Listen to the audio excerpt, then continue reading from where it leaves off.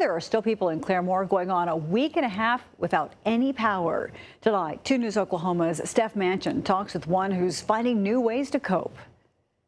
You'll find power crews just like this one all across town, hard at work trying to turn the lights back on for Claremore. But for those going on day 10 of no power, their best bet is finding a nice spot of shade outside. We were okay to be prepared for a couple of days, but not for 2 weeks. For the last week and a half, the Tuckers have found an escape from the heat underneath their carport.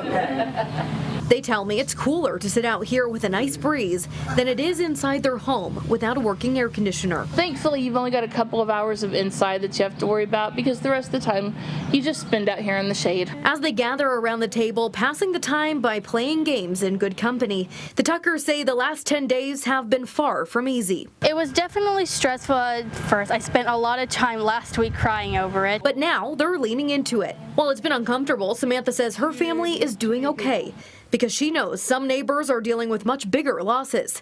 The Tuckers say they've adapted, finding ways to keep things charged and staying sane in the heat. I will say that there's a lot more that we have done together as a family and just as a neighborhood in whole than we would have ever bothered to do this summer. So you just take it a little bit at a time. Samantha says the key to her positive outlook is a nice breeze and taking it day by day. In Claremore, Stef Manchen, 2 News, Oklahoma.